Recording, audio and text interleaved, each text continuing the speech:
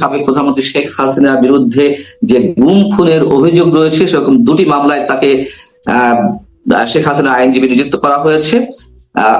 আমি অ্যাডভোকেট জাহিদ হায়ক খান পান্না আপনাকে স্বাগত জানাচ্ছি আমাদের অনুষ্ঠানে। এবং শুরুতে যে প্রশ্নটি আপনার কাছে, সেটি হচ্ছে যে আপনি যে ট্রাইব্যুনালে শেখ হাসিনার পক্ষের আইনজীবী নিযুক্ত হলেন, এটি কি রাষ্ট্র বা ট্রাইব্যুনাল স্বতঃপ্রণোদিত হয়ে আপনাকে নিয়োগ দিয়েছে, নাকি আপনি সাবেক প্রধানমন্ত্রী শেখ হাসিনার পক্ষে আইনি লড়াই করার জন্য আবেদন করেছেন বিধায় তারা এটাকে একসেপ্ট করেছে? আবেদন, এটা বলতে পারেন যে মৌখিক আবেদন করেছি, তারা গ্রহণ করেছে। মৌখিকভাবে আমি আবেদন জানিয়েছি, আমার যে আকুতি ভেতরে সেইটা আমি প্রকাশ করেছি যে আমি তাকে ডিফেন্ড করতে চাই। আচ্ছা, সেই জায়গা থেকে এটা ট্রাইব্যুনাল অ্যাকসেপ্ট করেছে।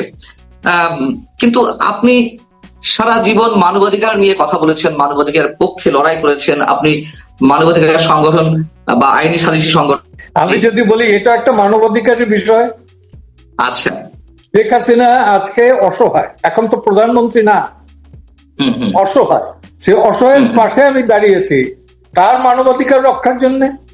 এবং আচ্ছা, একই সাথে আমি তো তার সে যদি অন্যায় করে, আমি তো সে অন্যায় থেকে তাকে মুক্ত করতে পারবো না, কিন্তু সে যাতে আইনি সহায়তা পায়, আইনি সহায়তা থেকে কোনো রকমের অবহেলিত না হয়, নিবৃত না হয়, সেই জন্য তার পাশে দাঁড়িয়েছি যখন কেউ দাঁড়াতে সাহস পায়নি। আমি এই বিষয়ে জানতে চাচ্ছিলাম। এবং এই মামলা দুটো কি আমরা কি একটু জানতে পারি? আপনি একটু মানে এই মামলার অভিযোগপত্র আমি এখন পর্যন্ত পাইনি। আচ্ছা, এগুলো হয়তো দিবে আগামী 3 তারিখ বা 7 তারিখ তারিখ আছে, 27 তারিখ তারিখ আছে, 28 তারিখ 8 তারিখে তারিখ আছে, তখন হয়তো দিবে, তখন হয়তো পাবো। এবং যে প্রশ্নটি এর আগেও আমি আপনাকে করেছিলাম অন্য একটি অনুষ্ঠান, অন্য একটি পর্বে, আপনি 5 আগস্ট আন্দোলন বা গণঅভ্যুত্থানের আগে যারা এই আন্দোলনের নেতৃত্ব দিচ্ছিল সেই ছাত্র সমন্বয়কদের পক্ষে দাঁড়িয়েছিলেন, আন্দোলনের পক্ষে আপনি কথা বলছিলেন মানবাধিকার রক্ষার জন্য। এবং 6 ছাত্র সমন্বয়কে যখন ডিবিএফ কার্যালয়ে আটকে রাখা হলো বেশ কয়েকদিন, তখন হাইকোর্ট প্রাঙ্গণে, সুপ্রিম কোর্ট প্রাঙ্গণে আপনি মানববন্ধন করেছিলেন, তীব্র প্রতিবাদ জানিয়েছিলেন ছাত্র সমন্বয়কদের পক্ষ থেকে বা তাদের পক্ষে। আজ 1 বছর 1.5 বছর পর এসে সেই আন্দোলনের যে গুমের অভিযোগ এর আগে সরকারের সময়, কিন্তু আপনি সেই আন্দোলনের সমালোচনা করছেন, এটি কেন? শুনেন, আমি 5ই আগস্ট পর্যন্ত যে আন্দোলনটা ছিল সেটা কোটা বিরোধী। কোথায়? চাকরিতে। আমি সেইখানে তাদের পক্ষে ছিলাম। আর একটা ছিলাম যে মামলাটি করেছিলাম সেটা হলো পুলিশ যাতে গুলি না করে, গ্রেপ্তার করুক কিন্তু গুলি যাতে না করে, এইটা ছিল আমাদের আন্দোলন আইন অঙ্গনে। কিন্তু পরদিন যখন তারা রিলিজ পাওয়ার পরে দেখলাম যে বলছে 71 না 24, 36, তখন তো আমি বুঝলাম যে এটা অলরেডি একটা তারা ইউটার্ন করছে। এবং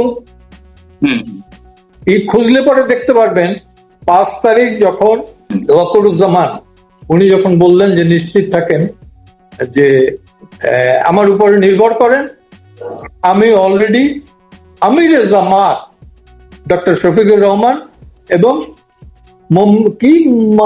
মামুনুল হক তাদেরকে জানিয়েছে, দুজনের নাম কিন্তু বলেছে। আমি বোধহয় 5 থেকে 10 মিনিট সময় নিয়েছি। আমি আমার ফেসবুক লাইভে গিয়ে বললাম যে আর্মি চিফ হিসাবে আপনি বেআইনি ঘোষিত একটা সংগঠনের প্রধানের সাথে বসতে পারেন না, এবং আমি তীব্র প্রতিবাদ জানাই। ওইখানে ওইটা শেষ। পরবর্তীতে যখন ডক্টর ইউনুস ক্লিন্টন ফাউন্ডেশনে গিয়ে বললেন যে না, ভয়েস অফ আমেরিকাতে গিয়ে যে 32-এর ইটা কি, তো প্রশ্নকর্তাকে অ্যাঙ্করকে বললেন যে 32 আপনি কি 24-এর এই ছাত্রদের গণ অভ্যুত্থান দেখেন না? সব তো তারা রিসেট বাটন চাইতে দিছে। অতীত সব 71 থেকে 32 এটা রিসেট বাটন চাইতে দিছে। আমিও আর এটাই করলাম, আমি বললাম যে doctor Yunus, this is Bangladesh, এটা আমরা ক্রিয়েট করছি, we created in exchange of 33 million people, the lives of the 3 million people. So এইখানে তুমি যদি রিসেট বাটন চাপো, আমি ফ্লাশ বাটন চাপলাম, তোমাকে ওয়াশ আউট করে দিলাম। এইখানে কন্ট্রাডিকশন। আমি তো 71-এর সাথে কোনো কম্প্রোমাইজ করতে রাজি না, আন্ডার নো সার্কামস্ট্যান্স। আমার লাইফ যেতে পারে, 71-এর সাথে তো কোনো কম্প্রোমাইজ নাই, প্রশ্ন ওঠে না। এক্স্যাক্টলি, এটার সাথে তো কোনো প্রশ্ন নাই। এবং কত বড় অডাসিটি আমাদের এই কথা বলার জন্য। যেমন তোমাদের গ্রেপ্তার করলো 28শে আগস্ট, কি কারণে, কি ছিল এজেন্ডা? 71-এর মহান মুক্তিযুদ্ধের ধারণাকে ধারণ করা, আমাদের মহান মুক্তিযুদ্ধ এবং সংবিধান, 72-এর সংবিধান। হ্যাঁ, সেখানে যারা অ্যাটাক করলো, মব ক্রিয়েট করলো, তাদের কাউকে গ্রেপ্তার করলো না। গ্রেপ্তার করলো কাদের? যারা অতিথি, যারা শ্রোতা, যারা বক্তা, যারা আলোচনা করবে। তারা কি ষড়যন্ত্র করতে পারে প্রকাশ্যে? এখানে তো এই যে স্টেট মেকানিজম, স্টেট মেকানিজমই তো হলো তাদের হাতে। তা না হলে পরে আজমি, সেই সোকল ব্রিগেডিয়ার আজমি, সে বলতে পারে যে জাতীয় সঙ্গীত পরিবর্তন করতে হবে। আর অডাসিটি হি হ্যাভ, কোত্থেকে পায় এই অডাসিটি? তার বিরুদ্ধে তো রাষ্ট্রদ্রোহিতার মামলা হয় নাই, এটা তো সিটিজেনের কেস। তো সেগুলো কেন হয় না? কেন তাদের চোখে পড়ে না? তাদের চোখে কি ধুলি পড়েছে কলুর বলদের মতো? আমি জেনেখান পান্না, আমি শেখ হাসিনা প্রসঙ্গে আরো একটি প্রশ্ন আছে, সেটা আমি আপনাকে করবো। মঞ্চ 71-এর প্রসঙ্গটি যদি যখন নিয়ে এলেনি এবং আমাদেরকে আটকের বিষয়টি যখন আলোচনা প্রসঙ্গে চলে এলো, সেই জায়গা থেকে একটি প্রশ্ন একটু উত্তরটি ক্লারিফাই করতে চাই অডিয়েন্সের কাছে। অনেকেই এমন একটি অভিযোগ দাঁড় করানোর চেষ্টা করেন যে সেই অনুষ্ঠানে আপনি কেন উপস্থিত হলেন না, অনুষ্ঠান যখন চলছিল সেই সময়। এবং আমি একটু বলি, অনুষ্ঠানটি বড়জোর 20 মিনিট কন্টিনিউ করা গিয়েছিল। 10:15 শুরু হলো, মোটামুটি 10:40-45 মধ্যে মব ক্রিয়েট করা হলো। সেই সময়ের মধ্যে আপনি আসেননি, আমি শুধু এটুকু জানি। এবং দর্শকের প্রশ্ন, দর্শক বলছি যারা এই খবরটি যখন খুব আগ্রহ সহকারে অনলাইন পোর্টালে পড়লো বা প্রিন্ট ভার্সনে পড়লো বা শুনলো, তখন অনেকের প্রশ্ন, কেন অ্যাডভোকেট জেরাই খান পান্না নিজের প্রোগ্রামে নিজে এলেন না? এই বিষয়ে আপনি হয়তো কোথাও কোথাও কথা বলেছেন, তারপরে কি এই অনুষ্ঠানে একটু ছোট করে বলবেন যে আসলে বিষয়টা? ছোট করে বলতে পারি যে আমি কিন্তু ছিলাম আমার ফুল ফ্যামিলি সহ 3 জন, আমরা 4 জন ফ্যামিলি মেম্বার, 3 জন অসুস্থ ছিলাম। আর আমি দীর্ঘ 1 বছরও না তার বেশি সময় ধরে কিন্তু হাঁটতে পারি না, জানি হাঁটতে অসুবিধা হয়।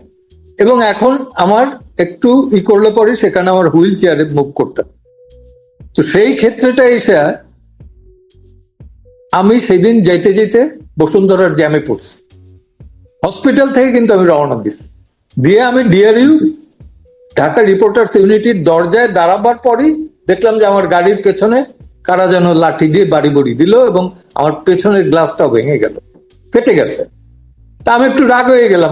আমি মনে করছি যে এটা বোধহয় এই রাস্তার কিছু উশৃঙ্খল ওই ড্রাগ এডিক্টেড লোকজন আছে, তারা বোধহয়। আমি গাড়ি থেকে বের হওয়ার চেষ্টা করছি বলি আমার ড্রাইভার সে বুদ্ধিমানের মতো গাড়িটা টান দিয়ে চলে আসছে। স্যার, এদের যা মনে করছেন তা না, ওদের সামথিং ইজ রং। তো এর মধ্যেই ভেতর থেকে একটা কল আসলো, কি যে স্যার আপনি ঢুকবেন না, একটা লয়ার ফোন করলো, এখানে সমন্বয় একটা গন্ডগোল করতেছে। তো এইটা শোনার পরে সে বললো যে স্যার আপনি বাসায় যান, আপনাকে পাইলে পরে কিন্তু জানে মারিয়ে ফেলাবে। তাহলে আমি না, বাসায় তো আমি যাবই না। আমি ওরে বললাম যে আমি কিন্তু সুপ্রিম কোর্টে আমার চেম্বারে আছি, ওইখানে বসে আমি ভিডিও সবই দেখতে পেলাম, এবং যে ভিডিওগুলো আপনি দেখতে পান এটা আমার আপলোড করা। আচ্ছা আচ্ছা আচ্ছা। এবং কেন আমি দেরিতে যাওয়ায় বা ক্ষতিটা হয়েছে কি, আমি অ্যারেস্ট হই নাই, এই তো।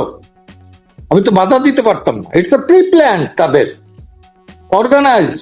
আপনি এখনো সেই ছবিগুলো যদি দেখেন, তারা বলতেছে, এক টুপি পরা এক লোক তাকে জিজ্ঞেস করে যে আপনি কে, আমি জুলাই যোদ্ধা। জুলাই যোদ্ধা অ্যারেস্ট করতেছে কাকে? লতিফ সিদ্দিকীকে।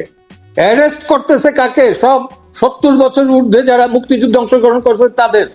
অ্যারেস্ট করতেছে কাকে? মঞ্জুরুল আলম পান্নাকে। অ্যারেস্ট করতেছে কাকে? ঢাকা ইউনিভার্সিটির আইনের শিক্ষক হাফিজুর রহমান কার্জনকে। অ্যারেস্ট করতেছে কাকে? ঢাকা ইউনিভার্সিটির প্রথম ব্যাচের আইনের ছাত্র এবং ডাকসুর সদস্য ছিল আনিসুর রহমান, এটি মানুষুর রহমান বুলবুলকে। অনেক অসংখ্য, সবাই কিন্তু 70 ঊর্ধ্বে বয়স, except 3 or 4 people। তো এইগুলো তো মানুষ বুঝতে পারে।